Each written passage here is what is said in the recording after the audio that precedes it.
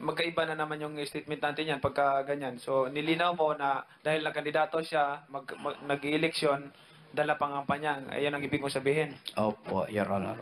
Okay. Doon nandyan na ba si Matira? Wala pa? Wala pa.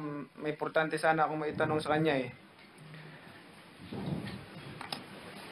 Ngayon, itong sinasabi mo na nag-issue ka ng cheque na 3 million, 2 million, 1 million kay Victor Espina, saan ito napunta itong bali 6 na milyon, 6 million na cheque na issue mo? Saan ito napunta lahat sa pagkakaalam mo?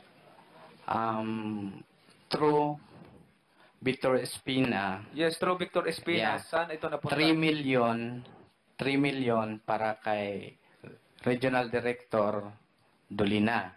Dolina, oh. At yung 1,750,000 sa mga baril.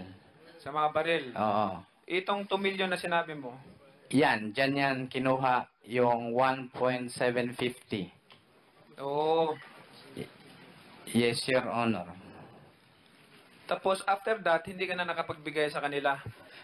Pagkatapos po, Your Honor, ng 1.750 million, nagbigay ako sa kanila ng 1,250,000.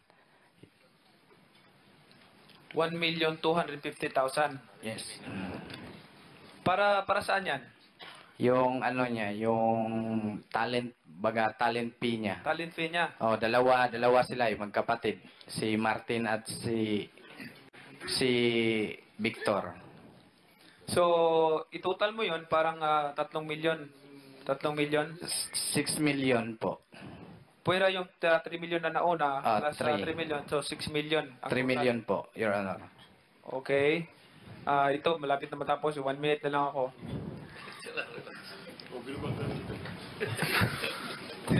Gusto nga i-confirm dito sa salaysay mo na tumanggap, nakapagbigay ka ng pera kay Congresswoman ba to? Viole Codilla ang husband niya si Ondo. Yes. Tama ba? Magkano na ibigay mo sa kanila? Yung election period, tumutulong ako sa kanila sa pagkampanya. Yun po yung ibig sabihin nun. Tapos, ang sinasabi ko na magbigay ako ng pera, yung may mga, halimbawa, magpiesta ng ormok, so voluntary akong magbigay ng pera para doon sa mga, halimbawa, may karirahan ng jet ski, ganyan, mga kasiyahan ba, Your Honor. Magkano na ibigay mo? Depende sa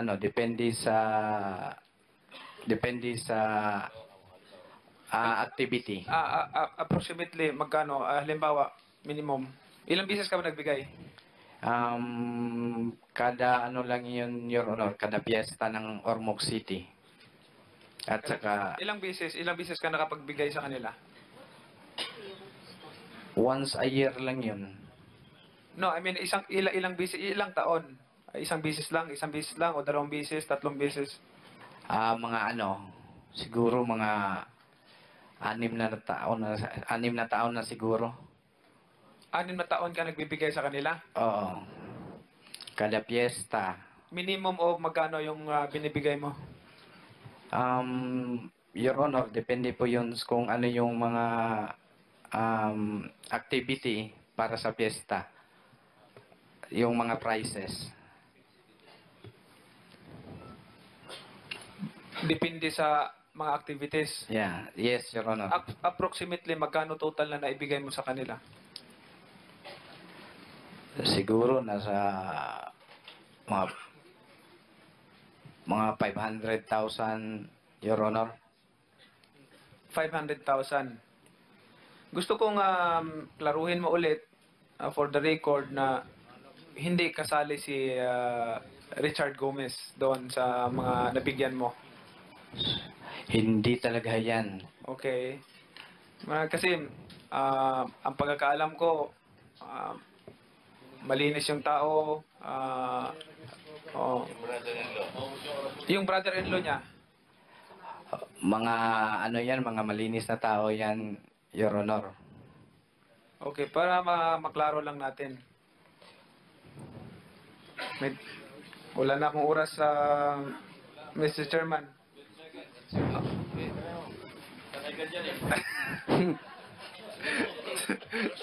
Sanay ka dyan. Okay. Magkano ang total na naibigay mo na pera kay Senator Laila de Lima? 8 million, Your Honor. Total kabuuan. 8 million. Okay. Thank you, Mr. Chairman. Senator Honasan is recognized. Thank you, Mr. Chairman. Mr. Chairman,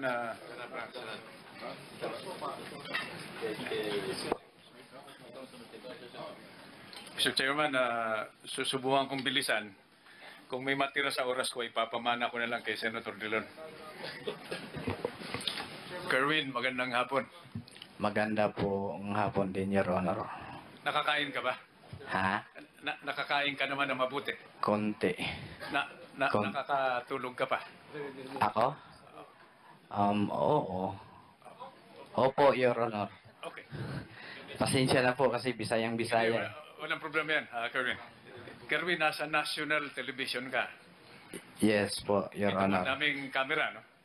So, ang nanonood sa ating lahat ngayon, mga nanay, mga tatay, mga kapatid, pamilya. Nanonood ba yung pamilya mo? Opo, Your Honor. Okay. Lahat ng pangalan na binanggit mo sa affidavit mo, at saka siguro yung mga babanggitin mo pa na pangalan, kung magkaroon pa ng supplemental affidavit, lahat yan may mga pamilya. No? At magandang pagkakataon ito para sa'yo, para tumulong. Opo, Your Honor. Thank you. Desidido ka naman na tumulong, ano? Desididong. Okay. Itong hearing na ito, pananaw ko lang ito, no? Yung mga senador, hindi naman kami mga investigador. Okay? Hindi kami mga soko. Ang nakakaintindi niyan, sina General De La Rosa. Si General Bato, no? Yung NBI, si Secretary Aguirre. May tinatawag na due process, no? Itong hearing na ito para matingnan at mapalakas yung batas. Para masugpo natin yung pinagbabawal na gamot.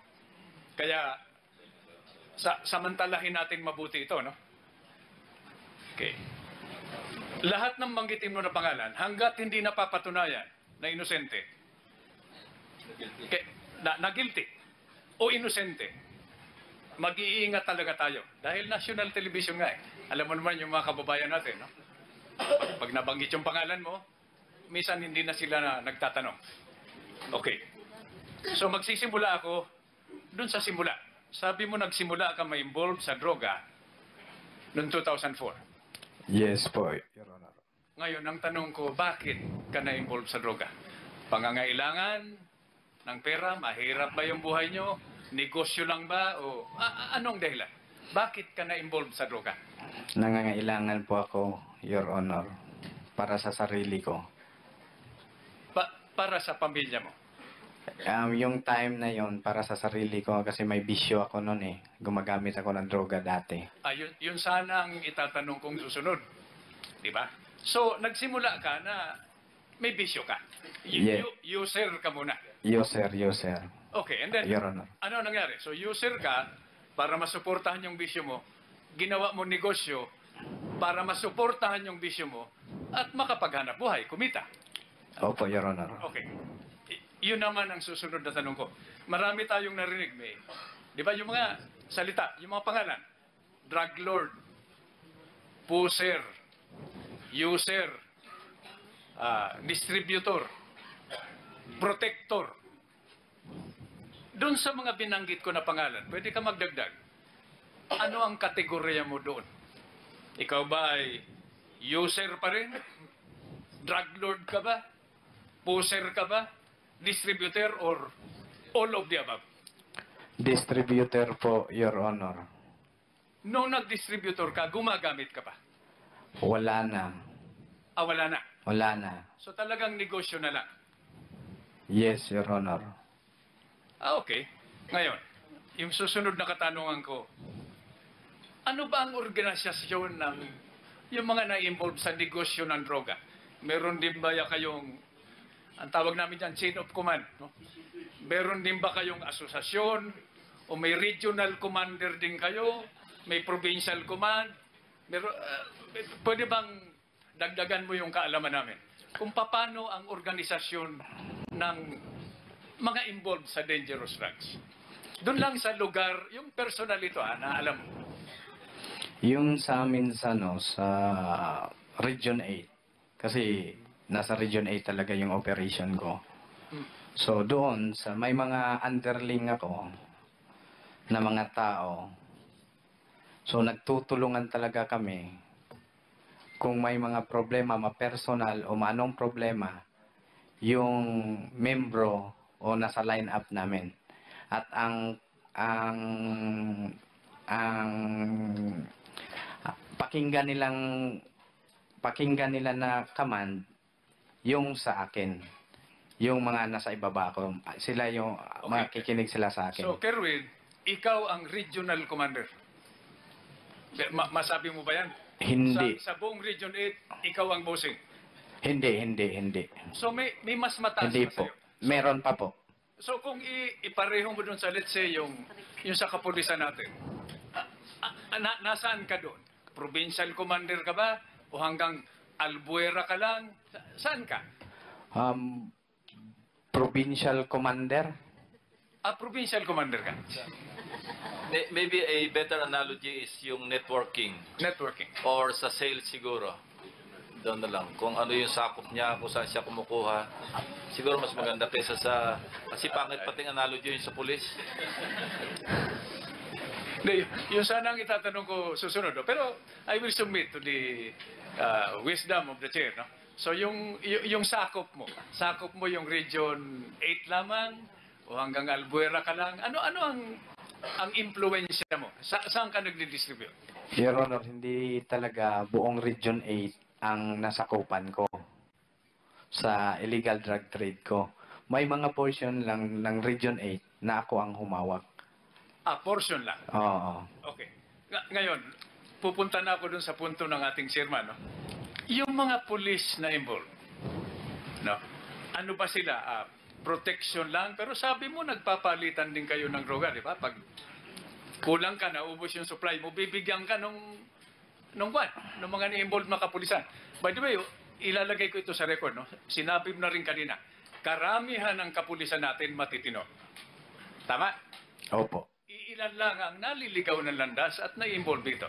So sila ba ay kasama dun sa grupo mo o may hiwalay sila na grupo? May halimbawa, Your Honor, magbigay ako ng mga example. Halimbawa, sa nalaman ko lang na grupo doon, Your Honor. Colonel Marcos, Major Abordo, si Colonel Matera, at si Leo Laraga, at si Sir Chowa, grupo yan sila doon. Kung titingnan natin sa record doon sa based on assignment nila, yung mga pangalan na yan, ang nag-ikot-ikot lang sa